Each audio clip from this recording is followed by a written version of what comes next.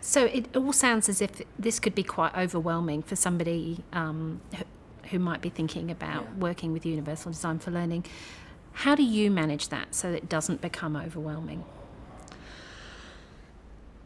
I know when you show people the guidelines, and especially when it's on a screen and there's some very small print there, and 3 principles, 9 guidelines, 32 checkpoints or whatever it is, and people, I can see people getting overwhelmed.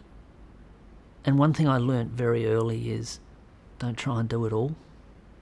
Pick off that which you think is going to have, I think, the biggest return for your energies and the time you have to look at it.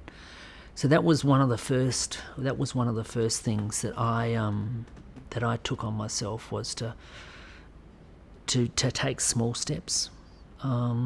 Since then, I firmly believe that having somebody to talk with, have somebody to bounce your ideas off, and starting to think about things like engagement is really important. Knowing your learners, knowing your variability, knowing your own strengths in terms of what you can bring.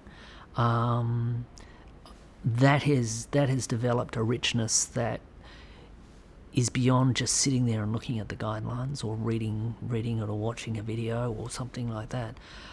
I think getting out there, being active, collaborative, willing to take a risk, but also willing to reflect and say what went well, what might change next time.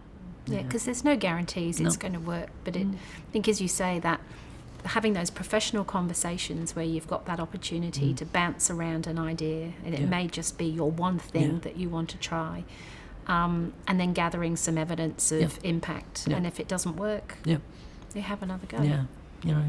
You show somebody your goals and they go, what does that mean?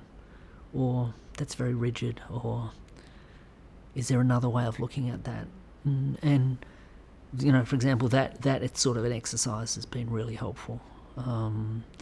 But having those professional conversations, whether it be formal or informal, are really powerful. The other set of people I think are really important in this is actually talking to your learners.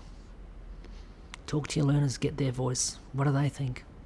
You don't have to take everything on board that they say, but it's a really powerful way of sitting back and saying, okay, that's what it's like on the other side type of,